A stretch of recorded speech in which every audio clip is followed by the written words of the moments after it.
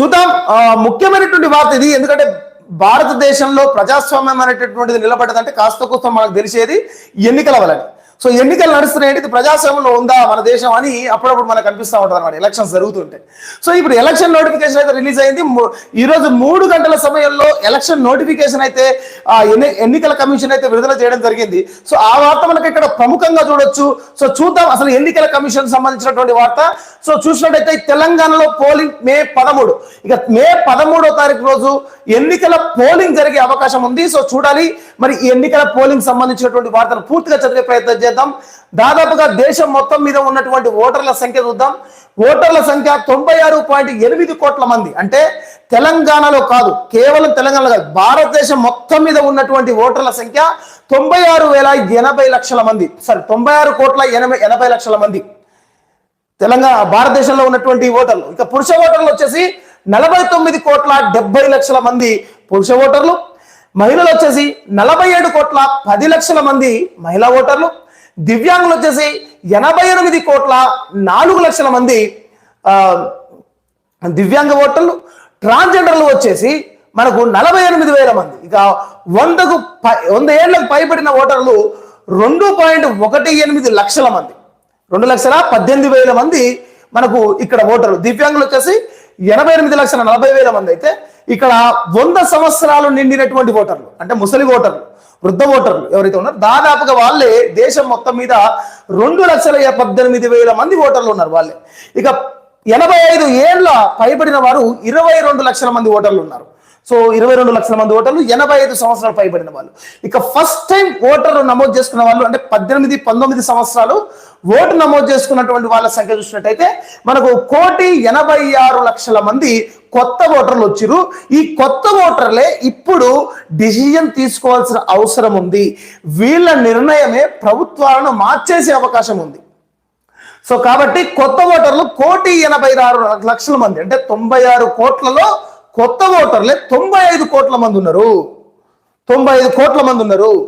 So అది మనకు చెప్తా ఉన్నటువంటి వార్త. ఇక మరీ చూద్దాం. ఇక పోలింగ్ కేంద్రాలు వచ్చేసి 10,50,000 పోలింగ్ కేంద్రాలు ఉన్నాయి. దేశం మొత్తం మీద పోలింగ్ కేంద్రాలు 10,50,000 పోలింగ్ కేంద్రాలు.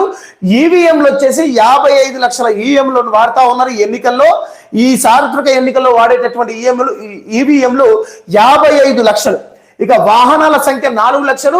ఎన్నికల సిబ్బంది 1,50,00,000 మంది ఎన్నికల సిబ్బంది ఈ సార్వత్రిక ఎన్నికల కోసం పనిచేసే అవకాశం అయితే కనబడతా ఉంది మనకు. ఇక 22 రాష్ట్రాలకు సింగిల్ ఫేజ్ లో ఎన్నికలు, 4 రాష్ట్రాల్లో 2 దశల్లో ఎన్నికలు జరుగుతాయి. అంటే 22 రాష్ట్రాల్లో వచ్చేసి ఒకేసారి ఎన్నికలన్నీ జరిగిపోతాయి. కానీ 2 టైమ్స్ జరిగే ఎన్నికలు ఏంటంటే 4 రాష్ట్రాల్లో జరుగుతాయి. ఆ 4 రాష్ట్రాలు ఏంటంటే కర్ణాటకలో 2 దఫాలుగా, రాజస్థాన్ లో కూడా 2 దఫాలుగానే జరుగుతుంది, త్రిపురలో కూడా 2 దఫాలుగానే ఎలక్షన్స్ జరుగుతాయి, మణిపూర్ లో కూడా 2 దఫాలుగా ఎలక్షన్స్ జరుగుతాయి. అంటే ఫస్ట్ దశలో ఒకటి, 2వ దశలో కొంత అనమాట. ఆ ప్రాంతంలోనే రాజస్థాన్ లోనే 2 దశలు. ఒకప్పుడు తెలంగాణలో ఉమ్మడి ఆంధ్రప్రదేశ్ లో జరిగేవి ఇలా. సో ఇక 2 రాష్ట్రాల్లో వచ్చేసి 3 దశల్లో ఎలక్షన్స్ జరుగుతాయంట. 3 దశల్లో. సో 3 దశలు ఏంటి అంటే ఛత్తీస్గఢ్, అస్సాం ఈ 2 రాష్ట్రాల్లో మాత్రం 3 దశల్లో జరుగుతాయి. ఎందుకంటే అడవి ప్రాంతం కావడం వల్ల ఇక్కడ ఈ నిర్ణయం తీసుకొని ఉండొచ్చు. ఇక 3 రాష్ట్రాల్లో వచ్చేసి 4 దశల్లో జరుగుతాయి. 3 రాష్ట్రాలు. ఇంకా మిగిలిన 3 రాష్ట్రాలు వచ్చేసి ఏంటమ్మా 4 దశల్లో జరుగుతాయి. అది ఏ రాష్ట్రాలు? ఒడిశా, మధ్యప్రదేశ్, జార్ఖండ్. ఈ 3 రాష్ట్రాల్లో ఎన్నికలు 4 దశల్లో జరుగుతాయి. ఇక 2 రాష్ట్రాల్లో 5 దశల్లో జరుగుతాయి. అది మహారాష్ట్ర, జమ్మూ కాశ్మీర్లో 5 దశలుగా ఎలక్షన్స్ జరుగుతాయి. ఇక 3 రాష్ట్రాల్లో వచ్చేసి 7 దశలుగా జరుగుతాయి. అదే ఉత్తరప్రదేశ్, బీహార్, పశ్చిమ బెంగాల్. ఈ విధంగా మనకు ఎలక్షన్స్ అయితే జరిగేటటువంటి అవకాశం అయితే కనబడుతూ ఉంది. సో ఇందులో చూద్దాం మరో వార్త. కంటోన్మెంట్ అసెంబ్లీ బైపోల్ అదే తేదీ, అదే మే 13 తారీఖు రోజే మనకు తెలుసు లాస్య నందిత గారు చనిపోవడం వల్ల ఆ స్థానం ఖాళీ అయ్యింది. సో దానికి ఎలక్షన్స్ కూడా మే 13 తారీఖు రోజే మనకు నిర్వహిస్తున్నట్టుగా తెలుస్తూ ఉన్నటువంటి సమాచారం. ఆంధ్రప్రదేశ్ అసెంబ్లీ ఎంపీ పోలింగ్ కూడా సేమ్ డేట్ ఉండే అవకాశం ఉంది. అదేవిధంగా జూన్ 4న దేశవ్యాప్తంగా ఒకేసారి ఓట్ల లెక్కింపు జరుగుతుంది. జూన్ 4న అంటే ఎలక్షన్స్ మనకు మే 13 ఆ టైంలో మనకు ఒకవేళ అయిపోతే అంటే మేలో ఎలక్షన్స్ అయిపోతాయి. అన్ని దశల్లో ఎలక్షన్స్ మేలో అయిపోతాయి. మేలో ఎలక్షన్స్ అయిపోగానే జూన్ 4వ తారీఖు రోజున ఒకేసారి దేశం మొత్తం మీద ఒకేసారి ఎన్నికల కౌంటింగ్ అనేది జరుగుతుంది. అయితే మొత్తం 7 దశల్లో ఎన్నికల నిర్వహణ తర్వాత 26 అసెంబ్లీ స్థానాలకు ఉప ఎన్నికలు కూడా జరుగుతున్నాయి. అంటే తెలంగాణలో ఒకటి ఉంది, ఇంకా మిగిలిన రాష్ట్రాల్లో కూడా ఉప ఎన్నికలు జరిగే అవకాశం ఉంది. ఆ ఎన్నికలు కూడా ఎన్నికల షెడ్యూల్ ప్రకటించిన ఈసీ అని చెప్పేసి తెలుస్తా ఉంది. ఇక ఎన్నికల షెడ్యూల్ వచ్చేసి మనం ఒకసారి చూసే ప్రయత్నం చేద్దాం మిత్రులారా. ఎన్నికల తేదీల ప్రకటన 16 మార్చు, అంటే ఈ రోజు ఎన్నికల తేదీలను ఓటర్లను అన్నిటినీ ఈ రోజు ప్రకటించడం జరిగింది కేంద్ర ఎన్నికల కమిషన్. అదేవిధంగా నోటిఫికేషన్ జారీ వచ్చేసి 18 ఏప్రిల్, అంటే 18 ఏప్రిల్ రోజు నోటిఫికేషన్ వస్తుంది. ఆ తర్వాత నామినేషన్లు వచ్చేసి మనకు 25 ఏప్రిల్ నుండి నామినేషన్లు స్టార్ట్ అవుతాయి. నామినేషన్లు 25 ఏప్రిల్ నుండి స్టార్ట్ అయితే నామినేషన్ల ఉపసంహరణ 29 ఏప్రిల్ ఉంటుంది.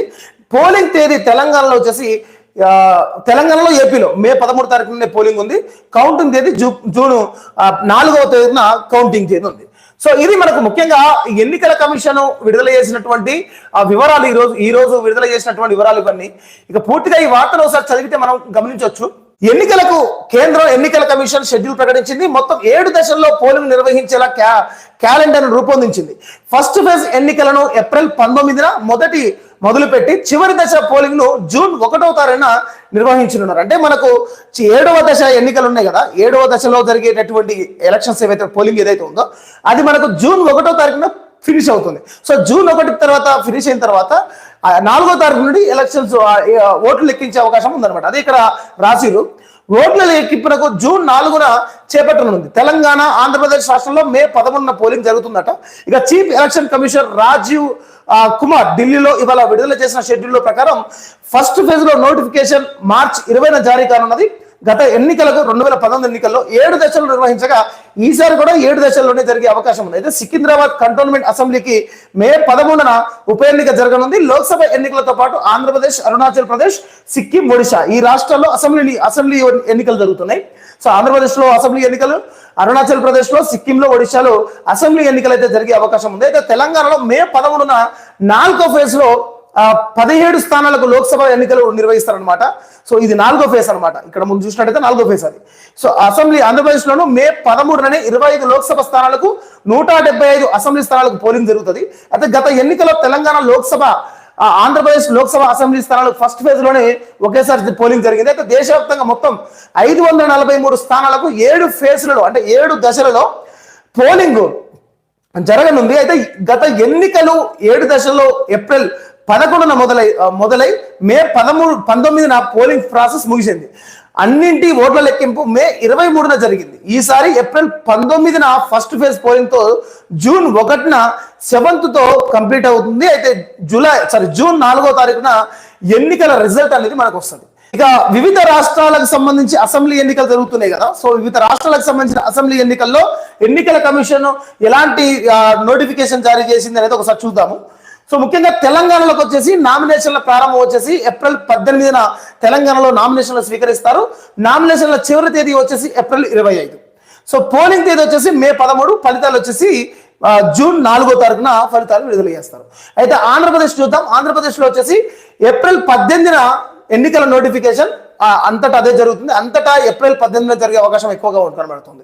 ఇక 25న నామినేషన్ల చివరి రోజు, 26న నామినేషన్ల పరిశీలన, 29న ఉపసంహరణ, మే 13న వచ్చేసి పోలింగ్ జరుగుతుంది. జూన్ 4న కౌంటింగ్ జరుగుతుంది. కౌంటింగ్ డేట్ అయితే అన్నిటికీ సేమ్. ఇక ఒడిశాకు సంబంధించి, ఒడిశాలో కూడా మనకు అసెంబ్లీ ఎన్నికలు జరుగుతున్నాయి. సో అసెంబ్లీ ఎన్నికలకు సంబంధించి ఏప్రిల్ 18న ఎన్నికల నోటిఫికేషన్ వస్తుంది. అంటే ఎంపీ ఎలక్షన్స్, లోక్సభ ఎన్నికలతో పాటుగానే వీళ్ళు ఈ యొక్క అసెంబ్లీ ఎన్నికలు కూడా జరుపుతారు. కాబట్టి ఒడిశాలో 18న ఎన్నికలు జరిగితే 25న నామినేషన్ల చివరి తేదీ, ఆ తర్వాత 26వ తారీఖున నామినేషన్ల పరిశీలన చేస్తారు. 29న ఉపసంహరణ ఉంటుంది ఆఖరి తేదీ. ఇక మే 13, 20, 25, జూన్ 1 4 దాపాలుగా 4 దశల్లో పోలింగ్ జరిగే అవకాశం ఉంది ఒడిశా రాష్ట్రంలో. కౌంటింగ్ అయితే యాజ్ ఇట్ ఈస్ జూన్ 4వ తారీఖు. సిక్కింకి వచ్చేసి నోటిఫికేషన్ వచ్చేసి మార్చి 20వ తారీఖున నోటిఫికేషన్ వస్తుంది. 27 తారీఖున నామినేషన్లకు చివరి తేదీ ఉంటుంది. 28న నామినేషన్ల పరిశీలన, 30న ఉపసంహరణ ఉంటుంది. ఆఖరు తర్వాత ఏప్రిల్ 19వ తారీఖున పోలింగ్ ఉంటుంది. జూన్ 4న కౌంటింగ్. ఇక అరుణాచల్ ప్రదేశ్ చూసినట్టయితే మార్చి 20 నోటిఫికేషన్ విడుదల, 27 నామినేషన్ల దాఖలకు చివరి తేదీ, 28 నామినేషన్ల పరిశీలన, 30 అంటే మార్చి 30 ఉపసంహరణకు ఆఖరు, ఏప్రిల్ 19 పోలింగ్ జరుగుతుంది ఇక్కడ. సో జూన్ 4 యాజిటీస్ గా అన్నిలాగానే పోలింగ్ అనేది కౌంటింగ్ అనేది జరుగుతుంది. సో ఇది మనకు ఎన్నికలకు సంబంధించిన పూర్తి వివరాలు. సో ఎన్నికల రిజల్ట్ మనకు ముందే తెలుసు, బీజేపీ పార్టీ ఖచ్చితంగా మళ్ళీ ప్రభుత్వాన్ని ఫామ్ చేసే అవకాశం అయితే 100% ఉంది. సో చూడాలి మరి తర్వాత వాళ్ళు తీసుకున్న నిర్ణయాలు చాలా కీలకంగా మారినాయి, మనం ఖచ్చితంగా పోరాడే అవకాశం అయితే మనకు వస్తుంది ఇక్కడ. సో ఇది ఇప్పటి వరకు మనకు ఉన్నటువంటి ఎన్నికల కమిషన్ కు సంబంధించి వార్తలు అయితే మనకు కనబడ్డాయి ఇంతసేపు. ఈ వార్తలు మనం చదువుకున్నాం. సో ఇది మనకు ఉన్నటువంటి న్యూస్ అప్డేట్. సో ఇంకా మీరు ఈ ఛానల్ సబ్స్క్రైబ్ చేయకపోతే వెంటనే సబ్స్క్రైబ్ చేసి, లైక్ చేసి, షేర్ చేయండి. సో మీరు ఒక లైక్, మీ యొక్క షేర్, ఇది నాకు చాలా ఇంపార్టెంట్. అండ్ మీరు కామెంట్ చేసే ప్రయత్నం చేయండి, మీ అభిప్రాయం ఏదైతే ఉందో నా వార్తల ద్వారా మీరు అభిప్రాయాన్ని కూడా మీరు చెప్పినట్టయితే నాకు ఎంతో ఉత్సాహకరంగా ఉంటుంది. సో ఇది మరి ఇక మరో వార్త చూద్దాం.